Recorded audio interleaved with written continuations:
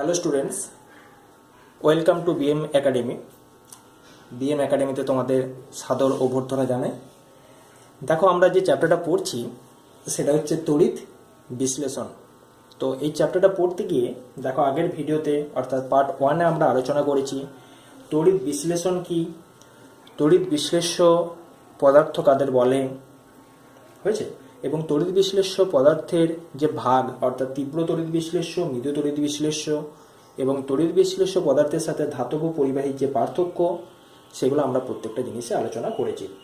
কিন্তু চ্যাপ্টারটার আসল জিনিসে এখনো পর্যন্ত আমরা ঢুকিনি। আজকে আমরা আসল জিনিসটা দেখব, অর্থাৎ তড়িৎ বিশ্লেষণ যে প্রক্রিয়া, সেই প্রক্রিয়াটা ঘটে কেমনভাবে, অর্থাৎ তড়িৎ বিশ্লেষণ প্রক্রিয়াটা বা ইলেকট্রোলিসিসটা কিভাবে বা কোন পদ্ধতিতে ঘটে বা কিভাবে ঘটে, কিভাবে আয়ন উৎপন্ন হয়, আয়নগুলো কোথায় যায়, আয়নগুলো কিভাবে তড়িৎ পরিবহন করে, এই প্রত্যেকটা জিনিস আমরা আলোচনা করব।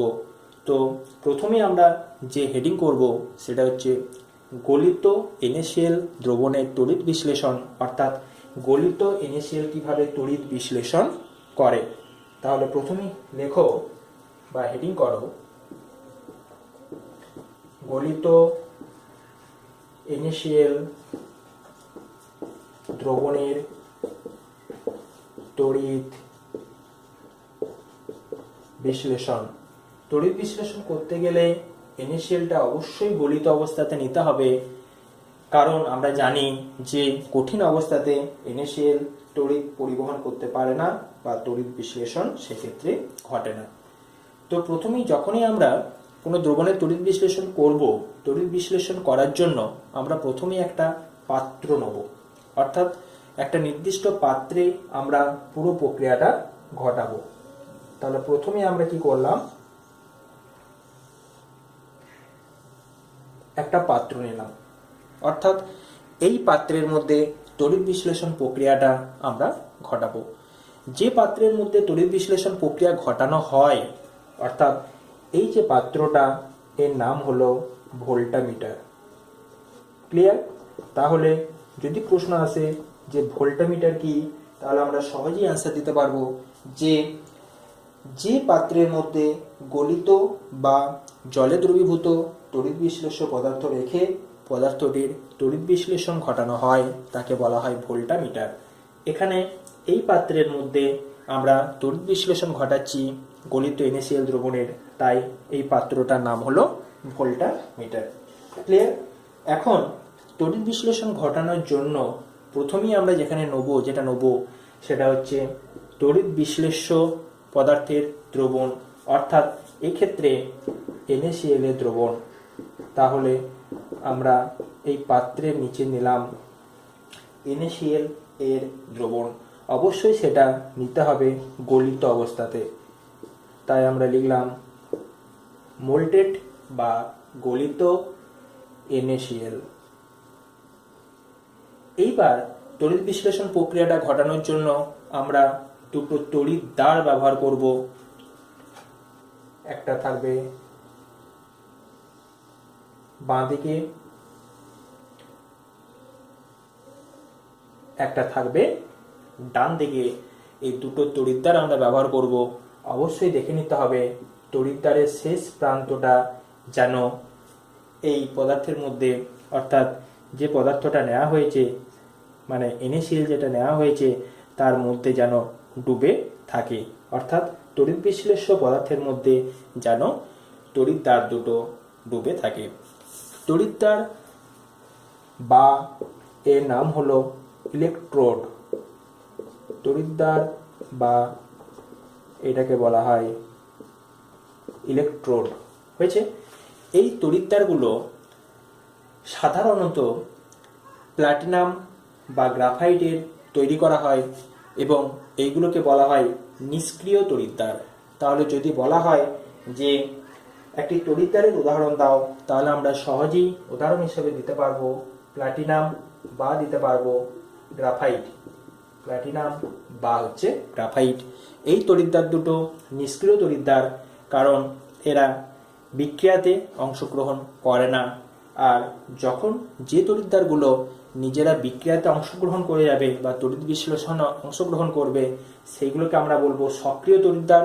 কখনো কখনো আমরা দেখব যে তড়িৎ বিশ্লেষণ করার সময় তড়িৎ বিশ্লেষ্য হিসাবে যে পদার্থটা নেওয়া হয়েছে আর ইলেকট্রোড যেটা নেওয়া হয়েছে বা তড়িৎদ্বার যেটা নেওয়া হয়েছে সেটা যদি একই ধাতুর হয়ে যায়, তাহলে তখন আমরা দেখব যে সেই ইলেকট্রোডগুলোও বিক্রিয়াতে অংশগ্রহণ করে, সেইগুলোকে আমরা বলবো সক্রিয় তড়িৎদ্বার। সেটা সাধারণভাবে কপার, জিঙ্ক এই সমস্ত ধাতুগুলো তৈরি হয়।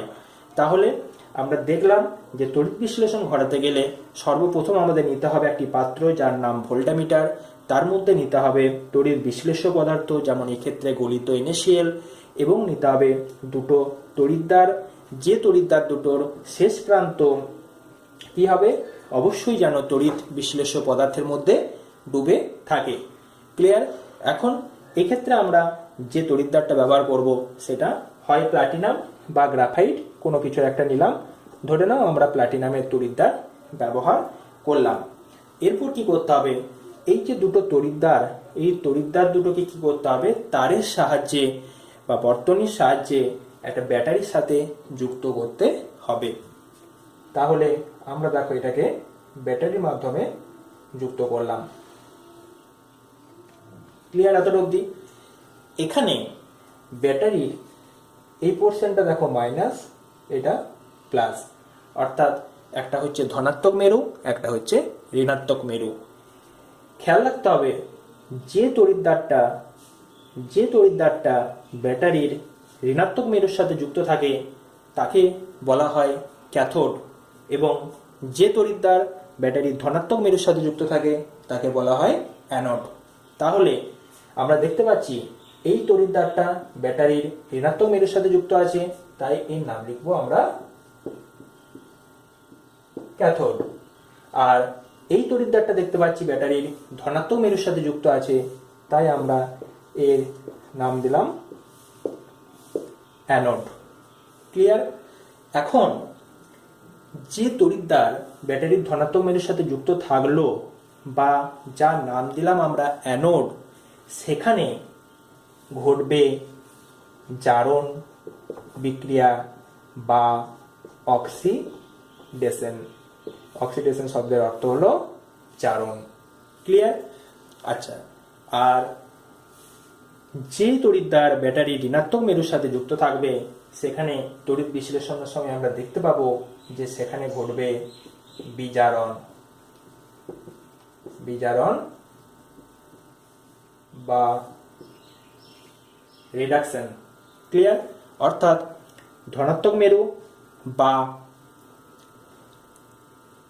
পজিটিভ মেরুর সাথে যুক্ত তড়িৎদ্বার অর্থাৎ অ্যানোডে ঘটবে জারণ এবং ক্যাথোডে ঘটবে বিজারণ। এই জিনিসটা প্রথমেই আমাদের মাথার মধ্যে ঢুকিয়ে নিতে হবে। অর্থাৎ পজিটিভ মেরু যেটা অর্থাৎ পি, এখানে অ্যানোড এর কি ঘটবে, অক্সিডেশন, এবং নেগেটিভ মেরু অর্থাৎ এন, এখানে ক্যাথোডের কি ঘটবে, রিডাকশন বা বিজারণ। অর্থাৎ সুবিধার জন্য আমরা এটাকে শর্ট ফর্ম PaO এবং এটাকে NCr বলেও মনে রাখতে পারি। এতটা অবধি ক্লিয়ার হয়েছে? বেশ, এরপর আমাদের কি করতে হবে না, ঠিক এর নিচে বার্নারের সাহায্যে আমাদের হিট দিতে হবে বা তাপ দিতে হবে। কারণ দেখো আগের ভিডিওতে বলা আছে যে যখন কোনো দ্রবণ গলিত অবস্থায় তড়িৎ পরিবহন করে তাদেরকে বাইরে থেকে তাপ দিতে হয়, তাহলে কি হয় না, সেটা দ্রবণের মধ্যে যে আয়নগুলো আছে সেই আয়নগুলোতে সম্পূর্ণরূপে ভেঙে যেতে পারে বা বিশ্লিষ্ট হয়ে যেতে পারে। অর্থাৎ তাপ দেওয়ার পরে এখানে Na+ এবং Cl- আয়নগুলো একে অপরের থেকে বিচ্ছিন্ন হয়ে যাবে। এখানে যে আয়নগুলো তৈরি হলো দেখো, Na+ তৈরি হলো এবং Cl- তৈরি হলো। Na+ যেটা সেটাকে আমরা বলবো ক্যাটায়ন বা ধনাত্মক আয়ন, এবং Cl- যেটা সেটাকে আমরা বলবো অ্যানায়ন বা ঋণাত্মক আয়ন। তাহলে এখানটা যদি আমরা একটু মুছে দিই, তাহলে দেখো এই যে Na+, এই Na+টা হলো ক্যাটায়ন, অর্থাৎ ধনাত্মক আয়ন। তাহলে Na প্লাসের আমরা নাম দেবো ক্যাটায়ন বা ধনাত্মক আয়ন, Cl মাইনাসের আমরা নাম দেবো অ্যানায়ন, এটা হচ্ছে ধনাত্মক আয়ন।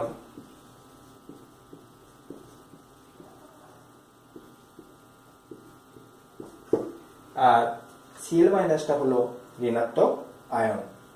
এখন কি হয় না, যখন এই আয়নগুলোতে বিশ্লিষ্ট হলো অর্থাৎ Na প্লাস মানে ক্যাটায়ন বা ধনাত্মক আয়ন এবং Cl মাইনাস অর্থাৎ অ্যানায়ন অর্থাৎ ঋণাত্মক আয়ন, এই যে দুটো আয়নে তৈরি হলো, তৈরি হওয়ার পর কি হয় না, এই যে Na প্লাসটা রয়েছে, এই Na প্লাসটা কি হয়, প্রশমিত হওয়ার চেষ্টা করে অর্থাৎ ইলেকট্রন গ্রহণ করে কি হয়, Na অর্থাৎ সোডিয়াম ধাতুতে পরিণত হওয়ার চেষ্টা করে। এবং Cl মাইনাস কি করে অর্থাৎ অ্যানায়ন যেটা রয়েছে সেটা ইলেকট্রন বর্জনের মাধ্যমে Cl পরমাণু এবং সেখান থেকে Cl2 গ্যাস হিসাবে বেরিয়ে যাওয়ার চেষ্টা করে।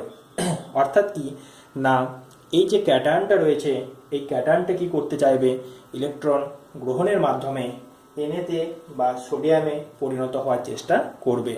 তাহলে যদি আমরা এই দিকটা একটু মুছে দিই,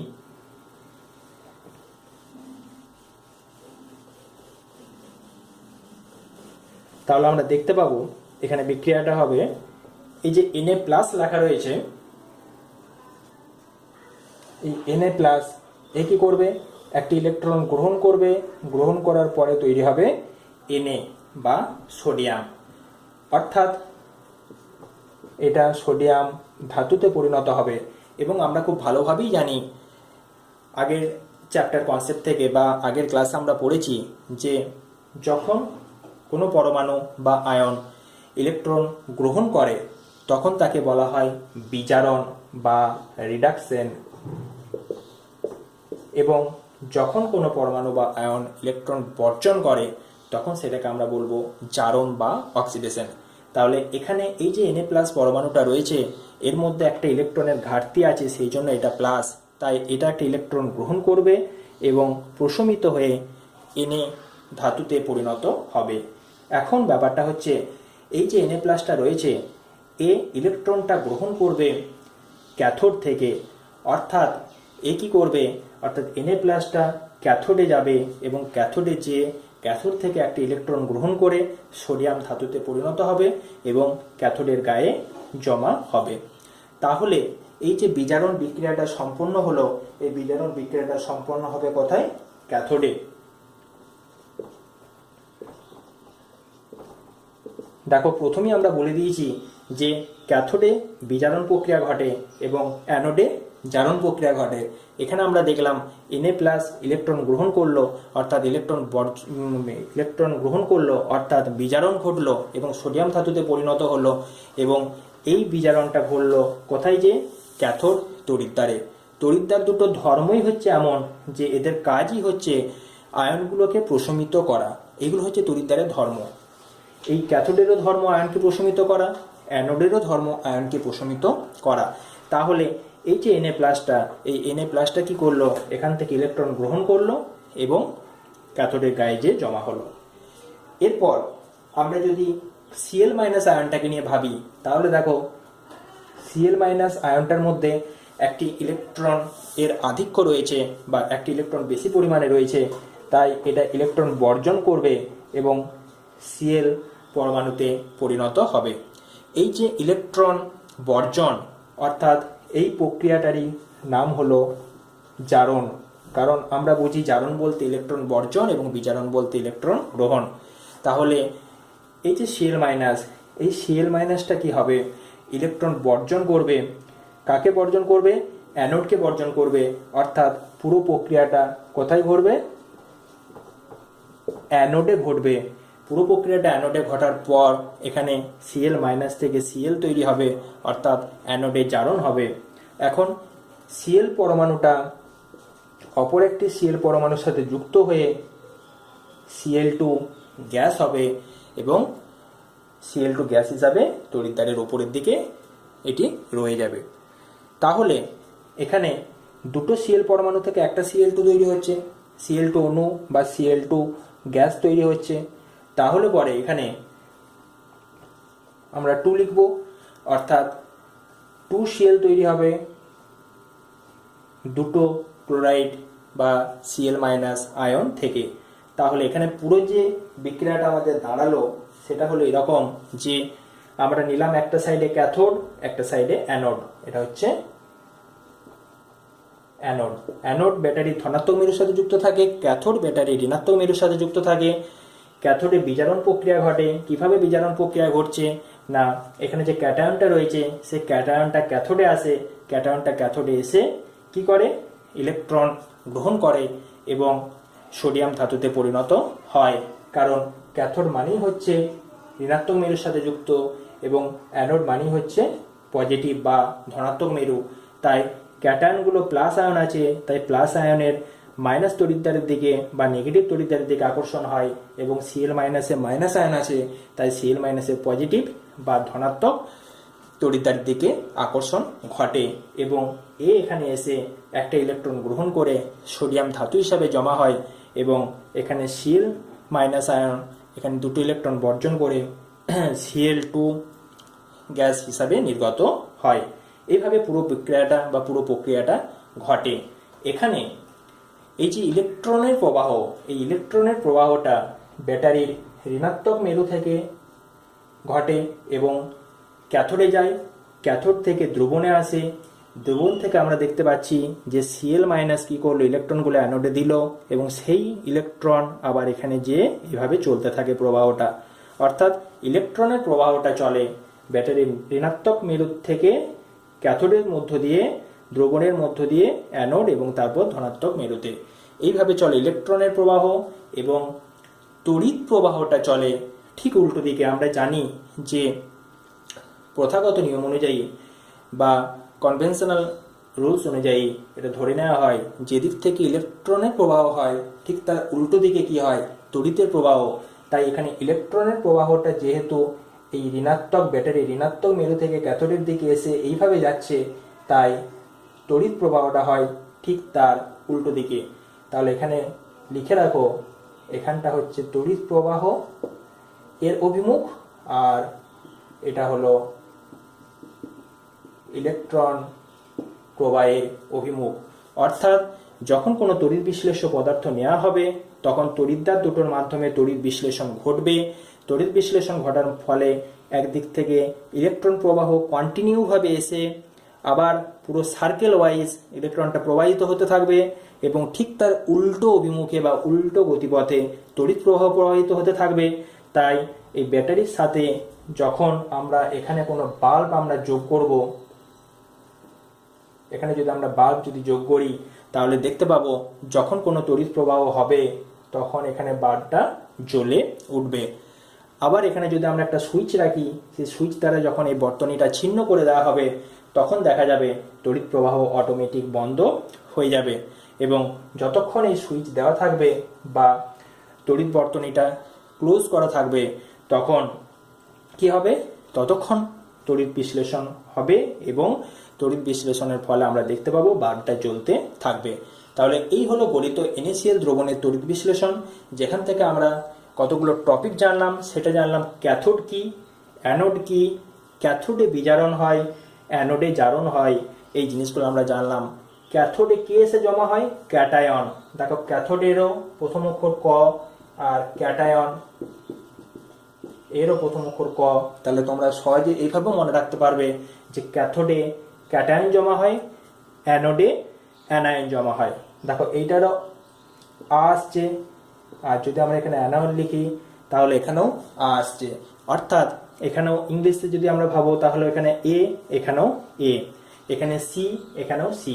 অর্থাৎ আমরা সহজেই মনে রাখতে পারবো এইভাবে যে ক্যাথোডে ক্যাটায়ন এসে জমা হয়। ক্যাটায়ন মানেই হচ্ছে পজিটিভ আয়ন।